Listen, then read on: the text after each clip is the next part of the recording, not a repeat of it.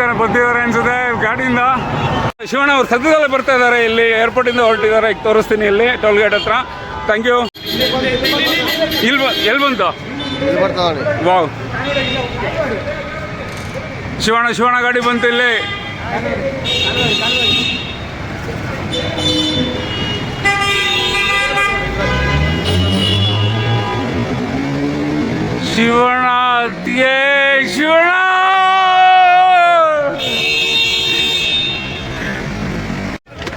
ಶಿವಣ್ಣ ಅವರು ಗಿಡಕ ಬಂದಿದ್ದಾರೆ. ಈಗ ತಾನೆ ಶಿವಣ್ಣ ಅವರು ನೋಡಿ ಎಲ್ಲ ಎಲ್ಲ ಎಲ್ಲ ಇಲ್ಲಿ ನೋಡಿ